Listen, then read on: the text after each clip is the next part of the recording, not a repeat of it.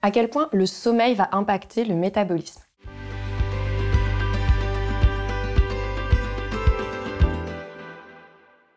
Je m'appelle Alexia Cornu, je suis experte en physiologie féminine et dans cette vidéo, je vais vous parler du sommeil. C'est un sujet extrêmement important qui me tient personnellement à cœur puisque en 2016, quand j'ai fait mon burn-out, c'était lié 100% à un sommeil qui était complètement détraqué et ça m'a permis de me rendre compte et de vivre à quel point finalement le sommeil c'est un élément clé de notre santé et qu'on peut avoir une alimentation équilibrée, on peut avoir un mode de vie sain avec de l'activité physique tous les jours. Si le sommeil ne va pas, eh bien finalement, il n'y a rien qui va et la tête ne va pas aller bien non plus. Alors, comment faire déjà pour pouvoir améliorer la qualité de ce sommeil? Ce qui est important, c'est de comprendre que le sommeil, ça va être 3 facteurs. Il va y avoir à la fois la quantité, il va y avoir la qualité et il va y avoir la régularité. Et ces 3 points sont essentiels pour avoir une bonne qualité de récupération. Donc, pour ce qui est de la quantité, on va recommander entre 7 et 9 heures de sommeil par jour. Ça varie à la fois en fonction des personnes, mais ça varie aussi pour une même personne en fonction des moments de sa vie. Donc à l'adolescence, souvent, on a besoin de beaucoup plus de récupération et à l'inverse, quand on vieillit, le métabolisme diminue et donc il y a besoin également de moins de sommeil. À savoir que finalement, votre corps fonctionne un petit peu comme les 2 faces d'une même pièce. Vous avez la face jour et la face nuit. Et la façon dont votre corps fonctionne à l'intérieur pendant la journée est totalement différente de comment votre corps fonctionne à l'intérieur pendant la nuit. Il va emmagasiner tout un tas d'informations pendant la journée. Vous allez manger, vous allez faire des activités, etc. Et la nuit, en fait, votre corps va switcher de mode pour vous permettre en fait de pouvoir traiter toutes les informations de la journée, récupérer, se réparer.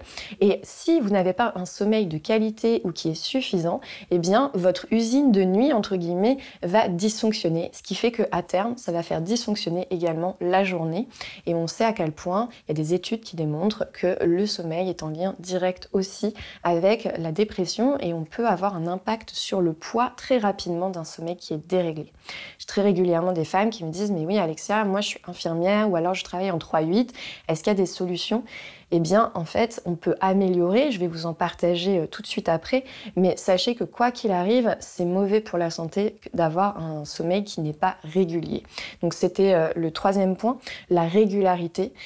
Souvent, on pense qu'on peut accumuler une dette de sommeil et la récupérer plus tard, mais en fait, la dette de sommeil ne se récupère jamais. C'est-à-dire que quand on a perdu des heures de sommeil, on a beau se reposer, etc., le corps va se recaler comme il peut, mais on ne récupère jamais. Donc, cette idée de se dire c'est pas grave, j'abuse un petit peu le week-end, je récupérerai la semaine, ou à l'inverse, je tire sur la corde la semaine, je me reposerai le week-end, fonctionne pas réellement.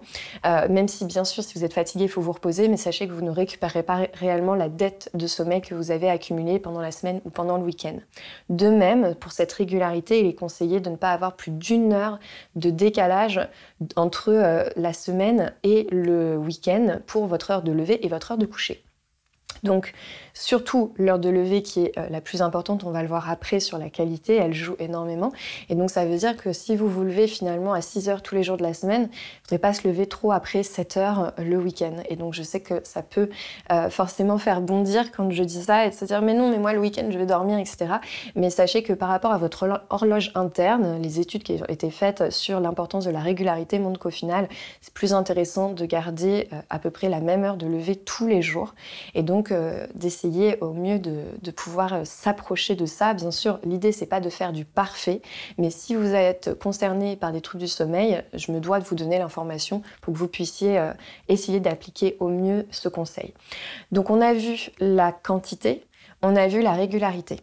Maintenant, il va y avoir la qualité. Parce qu'au final, vous pouvez dormir 7 heures et être totalement reposé, vous pouvez dormir 9 heures et vous réveiller et être très fatigué. Donc qu'est-ce qui va jouer par rapport à la qualité de votre sommeil? En premier, ça va être l'heure du lever. Et très souvent, quand on veut améliorer son sommeil, on va se dire oui, c'est absolument l'heure du coucher qui est importante. Alors oui, elle l'est, mais celle du lever l'est encore plus. Donc qu'est-ce qui va être important au moment où vous vous réveillez? Eh bien, ça va être tout de suite de vous exposer, si possible, à la lumière du jour, de mettre votre corps en action et de respirer. Parce que ces 3 signaux-là vont envoyer un message fort à votre cerveau qui va pouvoir recaler votre horloge biologique. Donc, pour l'air frais, du coup, essayez d'aller dehors si vous pouvez, de marcher un petit peu, ou alors ne serait-ce que aérer finalement votre chambre à coucher et de respirer de l'air frais. Ça peut être également d'aller du coup dans votre jardin ou sur votre balcon, enfin voilà, juste de respirer pendant quelques minutes l'air frais. Ça peut être hyper intéressant pour déjà commencer la journée avec de la respiration.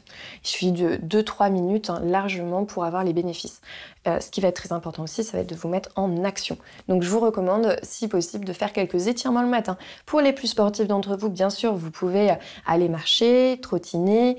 Faites bien attention, si vous faites une séance de cardio le matin au réveil, d'y aller progressivement, de bien vous échauffer pour que tout votre système cardiovasculaire se mette en route, de ne pas partir à fond la caisse parce que l'idée, c'est pas de brusquer non plus votre organisme, vraiment de l'accompagner dans ce début de la journée. Et l'idéal, c'est de faire des étirements. Vous vous réveillez, vous allez sur votre tapis, vous faites quelques étirements. Vous avez des vidéos sur ma chaîne avec des routines d'étirements, donc je vous invite à les visionner si vous ne savez pas quoi faire comme routine d'étirement le matin au réveil. Et sinon, juste le fait de faire des étirements, de bouger, vous pouvez faire ça de façon très simple et ce sera très efficace. Donc ça envoie un message fort à votre cerveau, comme quoi vous êtes réveillé. Donc, il y a votre horloge biologique qui se met en route. Et ça, c'est important parce que ça va jouer sur votre capacité à vous endormir le soir et sur la qualité de votre sommeil pour la nuit suivante. Donc, ne pas faire ce que beaucoup de personnes malheureusement font, c'est-à-dire le snooze. C'est que quand on réactive son réveil plusieurs fois, le réveil sonne et puis on dit non, je le repousse de 5 minutes. En fait, le problème quand on fait ça, c'est qu'au final, on reste un petit peu dans un état d'endormissement. On n'est plus en train de dormir, mais on n'est pas réveillé non plus, et donc cet entre-deux finalement est pas bon pour votre horloge biologique. Donc le réveil sonne, mettez le réveil plutôt last minute entre guillemets, le dernier moment où vous voulez vraiment sortir de votre lit, et mettez votre réveil loin de votre lit de façon à ce que vous ayez besoin de vous lever pour l'éteindre. Ça, c'est l'astuce. Ensuite, ce que je vous recommande, c'est de garder votre téléphone en dehors de la chambre à coucher, ou si vous avez vraiment besoin de l'avoir dans la chambre à coucher pour, je sais pas, des appels d'urgence, etc. Pour certaines personnes, par exemple, qui travaillent aux urgences, où c'est vraiment une question de vie ou de mort, vous pouvez garder votre téléphone, mais essayez de ne pas l'avoir à portée de main, de façon à ce que vous ne soyez pas tenté de l'attraper si vous vous réveillez. Il y a 2 choses importantes par rapport au téléphone. Déjà, il y a la lumière bleue qui va exciter le cerveau et donc qui va avoir un effet d'excitation en fait au niveau des neurones qui est contrairement opposé à ce qu'on recherche pour avoir un sommeil en fait de bonne qualité. Donc, évitez les écrans. On essaye de poser le téléphone, si possible, 1 heure avant d'aller se coucher, pour en fait avoir la dernière heure avant d'aller vous coucher sans lumière bleue, sans avoir du coup cet effet excitant pour le cerveau. Donc ça peut être intéressant du coup de poser votre téléphone sur une table basse ou à l'opposé de votre chambre à coucher, ou éventuellement en dehors de votre chambre à coucher, c'est encore mieux. Et puis, c'est aussi bien pour les personnes qui se réveillent la nuit, qui des fois, en fait, pendant les réveils nocturnes, vont regarder l'heure, par réflexe au final, sauf qu'en fait, on regarde l'heure et après on commence à cogiter. Parce qu'on se dit, ah mince, il est à l'heure. Donc on fait les calculs, il me reste tant d'heures de sommeil. Mince, et si je me rendors pas, et ceci, et cela. Et en fait, on cogite, et finalement, on ne se rendort pas. Donc, faites bien attention à ça. Le téléphone en dehors de la chambre à coucher, ou en tout cas à un endroit où vous ne pouvez pas l'attraper depuis votre lit, ça peut vraiment être un game changer pour la qualité de votre sommeil. Donc je vous invite à le faire. Donc on a parlé de la lumière bleue, on a parlé de l'importance du réveil. Maintenant, on va me demander qu'est-ce qu'on mange le soir pour avoir un sommeil de qualité. Donc, il faut savoir que le soir, je vais vous inviter à consommer des aliments qui se digèrent rapidement. Tout simplement parce qu'en fait, si vous consommez des aliments qui sont longs à être digérés, vous risquez d'aller vous coucher en étant encore en digestion. Si je prends l'exemple du steak frites. Un steak frites, on est à peu près à 6 heures de digestion parce que la friture, parce que les graisses animales, dont la viande rouge, sont extrêmement longues à être digérées. Donc le problème de ça, c'est que quand vous allez vous coucher, vous êtes encore en train de digérer, votre corps est encore en train de travailler, mais sur une tâche de la journée. Et donc, il va pas pouvoir se switcher complètement en mode nuit. Donc, même si vous vous endormez, vous n'allez pas pouvoir atteindre un sommeil profond récupérateur puisque votre corps est encore en activité sur des activités qui sont censées être des activités de journée. Donc, pour cela, pour pas que ça arrive, il va falloir manger des aliments qui se digèrent rapidement. Donc, des végétaux, tout ce qui est légumes, ça se digère très rapidement. Les glucides. Et là, pendant des années, on a dit attention les féculents le soir, etc. Alors pas du tout, c'est important d'avoir des glucides en fin de journée parce que toute la journée, vous vous activez, vous consommez de l'énergie et donc le soir, c'est important de redonner de l'énergie à votre corps. Et donc les glucides sont une super source d'énergie. Après, attention à la qualité des glucides, forcément. Si vous mangez de la pomme de terre ou si vous prenez des aliments avec un index glycémique très élevé comme du pain blanc, des pâtes, forcément, c'est pas idéal pour votre santé. Essayez d'être plutôt sur des glucides riches en fibres comme les lentilles, les pois chiches, les haricots, les petits pois, qui du coup sont des sources de protéines végétales et qui en plus du coup vous apportent des glucides et sont très riches en fibres. Donc les légumes, les légumineuses, ça peut être aussi des céréales complètes comme le quinoa par exemple, qui vont être rapides à être digérées. Et si vous optez pour des protéines d'origine animale, optez pour des protéines maigres comme la viande blanche par exemple, les œufs, ou alors ça peut être aussi du poisson blanc. Évitez la viande rouge, le thon et le saumon par exemple qui sont plus gras et donc plus longs à être digérés. Ça vous permettra, en ayant une digestion rapide, de ne pas être encore en train de digérer au moment de votre coucher. Essayez quand même de terminer de dîner 2 heures avant l'heure de votre coucher, c'est quand même mieux. Ensuite, on va parler de l'hydratation parce que beaucoup de personnes ne boivent pas suffisamment pendant la journée et vont beaucoup boire en fin de journée et vont aller se lever du coup la nuit pour aller aux toilettes. Et ça va perturber leur sommeil. Et je sais qu'il y a énormément de femmes qui sont concernées par ça.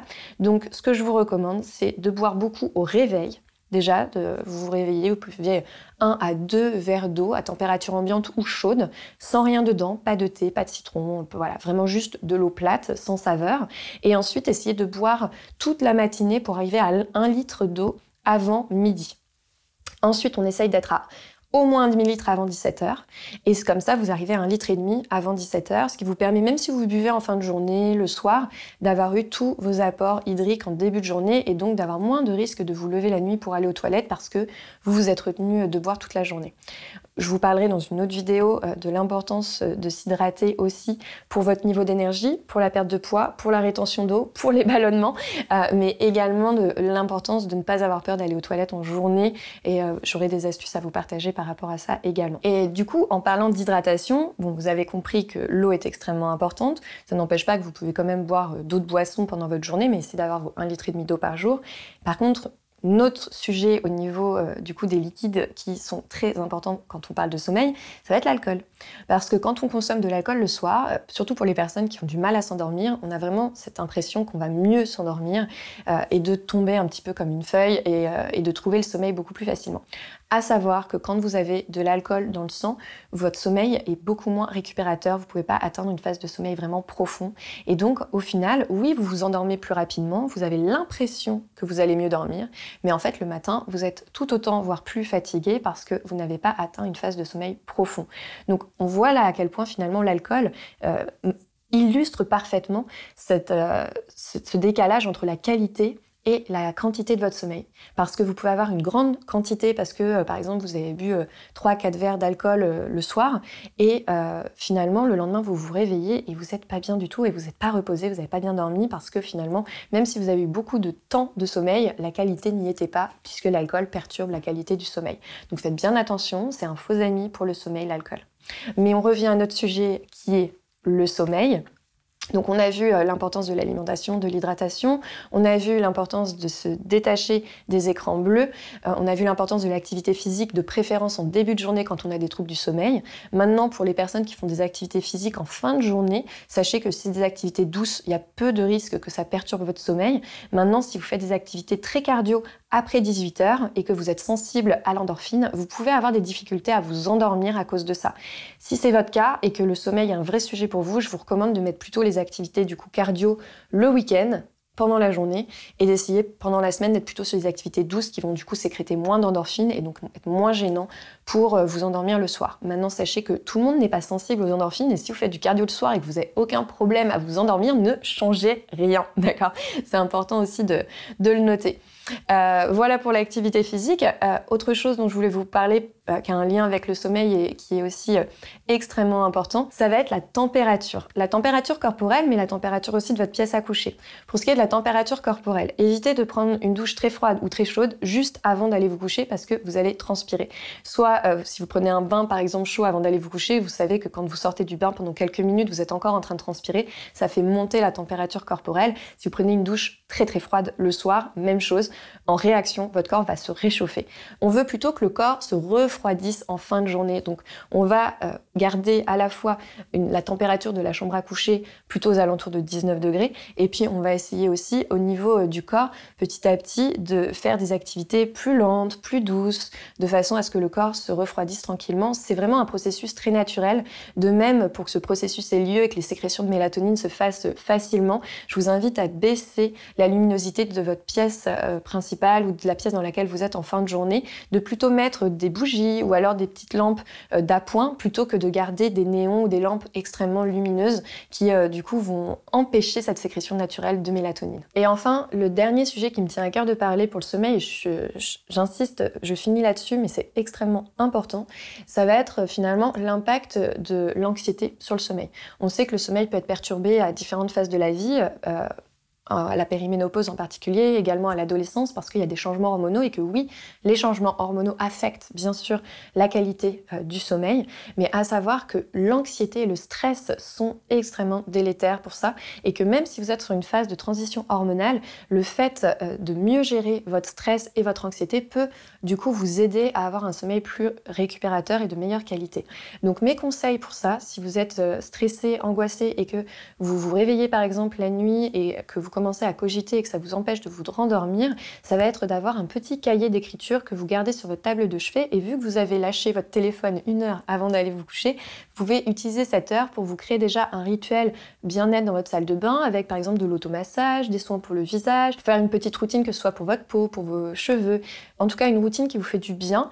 Et puis ensuite, je vous invite à écrire en fait, à prendre le temps de prendre un cahier et de noter sur ce cahier finalement comment est-ce que vous vous sentez, comment s'est passée votre journée. Si vous avez tendance à voir le verre d'eau à moitié vide, eh bien forcez-vous à trouver quels sont les éléments positifs qui se sont passés pendant votre journée. Si à l'inverse, vous avez besoin de laisser sur le journal des éléments difficiles que vous avez traversés pendant la journée, que ça vous fait du bien d'écrire ça pour les laisser là et ne pas les garder avec vous, eh bien n'hésitez pas à le faire. Ce qui est important avec l'écriture, c'est de trouver ce qui vous fait le plus de bien. Mais sachez que c'est un outil qui est très puissant, qui peut vous permettre finalement de mettre toutes les tâches à faire le lendemain, toute votre to-do list, tout ce qui vous pollue un petit peu au niveau de votre charge mentale, etc., de tout mettre sur un papier, à l'écrit. Ça vous permet de vous soulager de ça. Ce qui fait que quand vous vous couchez, vous avez l'esprit plus libre et que vous n'allez pas 1 heure après vous réveiller en mince, j'ai oublié de faire ça, ou ah tiens, il y a encore tel rendez-vous à prendre demain, ou alors si vous vous réveillez en plein milieu de la nuit, de commencer à cogiter à ah, il y a eu telle discussion aujourd'hui au travail, ça m'a embêté parce que ceci ou cela.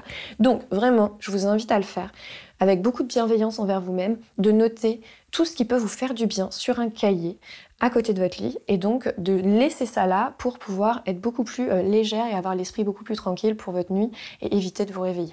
Voilà, j'espère que tous ces conseils autour du sommeil vous aideront et n'oubliez pas les 3 éléments importants, hein, la qualité, la quantité et la régularité pour avoir un sommeil optimal et une bonne récupération. Je vous retrouve très bientôt dans une prochaine vidéo.